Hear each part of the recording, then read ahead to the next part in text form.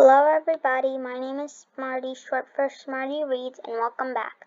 Today I'm going to read Chapter 11 of In Business with Mallory, I'm guessing. It's called The Worst Day. Let's begin. Usually I hate getting up for school, but not today. Today I pop out of bed and pull on my stretchy velvet pants and striped turtleneck.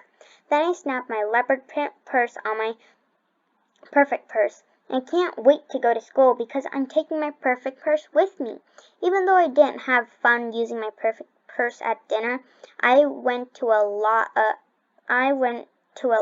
trouble to get it. So today I'm giving it a second chance. Today is going to be the best day ever. When I finish snapping, I hold my purse in my hand and look in the mirror. You look marvelous, darling, I say to myself. Actually, I think I look like a movie star. I give Cheeseburger a movie star kiss on each cheek, and then I head down the hall. Mallory, we're having eggs, Mom says when I walk into the kitchen. I peek in the pan. The eggs look squishy and jiggly. I bet movie stars don't eat squishy, jiggly eggs for breakfast. I'll just have a granola bar, I tell Mom. I take one from the box in the pantry. Mom plucks the granola bar out of my hand and puts the plate of eggs in front of me.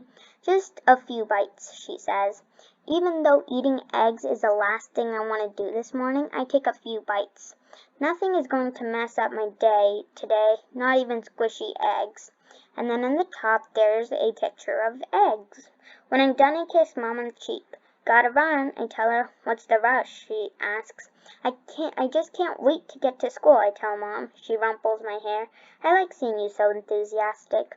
I am so enthusiastic. I can't wait to show my perfect purse to my friends. I can already hear what they're going to say. That purse is so cool, Pamela will say. That purse is so awesome, Ariel will say.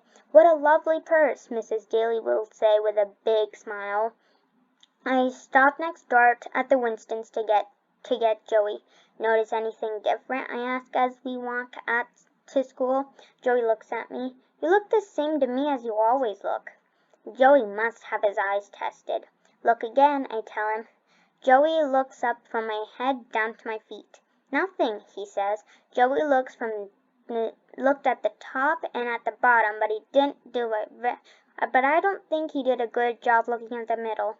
I move my perfect purse so I'm holding it right in front of my body, right where Joey can see it. Now, can you see anything different? I ask. Joey shakes his head. Move the purse, maybe I can tell. Even though Joey is one of my best friends, sometimes he acts like such a boy. And then in the top, there's Mallory holding the perfect purse, and then there's Joey. I wave my purse in front of his face. This is what's different, I tell him. What do you think of this cover? Joey groans. Enough with this purse stuff. That's all you talk about anymore. Joey walks ahead of me until he gets to room 310. When I walk into the classroom, Mrs. Daly tells everyone to take their seats. Let's get started, she says. Please take out your math books. I take out my math book, and so does my desk mate Pamela. Please turn to page 112, says Mrs. Daly. Pamela starts turning her pages in her book, but I stop her. I lay my perfect purse down on top of her math book. Look, I whisper to Pamela. What do you think? I wait for Pamela to tell me she thinks my purse is very cool, but that's not what she tells me. Mallory, put that away. Pamela tries to scoot the purse off her side of the desk. We're going to get in trouble, she whispers. Girls, Mrs. Daly looks in our direction. Are you paying attention?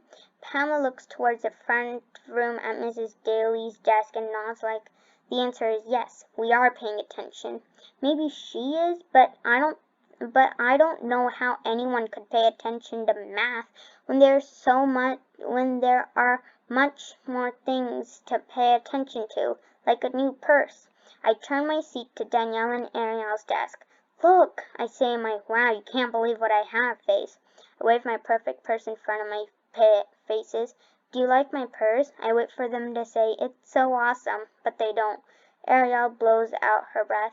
That purse is so last year, she whispers. What? I can't believe what I just heard. Ariel is wrong, wrong, wrong. This purse is so not last year, I start to explain to her. Girls, what's going on back there? Mrs. Daly asked from the front of the classroom. Nothing, says Ariel out loud. And then there's Mallory showing her purse to Pamela. We're in the middle of math, Danielle whispers to me like I'm preventing her from learning about something that she really cares about. I know Danielle doesn't care all that much about math. Did you know this purse comes with 10 designer covers? I whispered to her.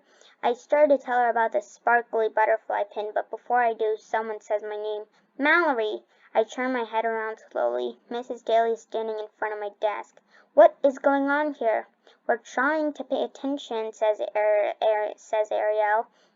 But Mallory keeps trying to show us her new purse.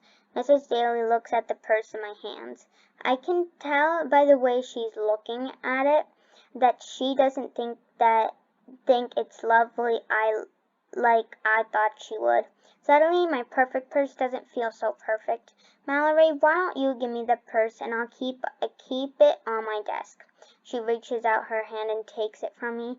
I feel like Dorothy in The Wizard of Oz when Wicked Witch tries to take her ruby slippers. I clutch my purse to keep it safe, but Mrs. Daly pulls it out of my hands. I'll keep it until the end of the day. You can have it when school is over, she says. I look down at my empty hands. When I woke up this morning, I thought today would be the best day. I should have known it wouldn't be when I had to eat squishy eggs. That's the end of that chapter. Next time I'll read a Happy Birthday, Max. Bye, everyone.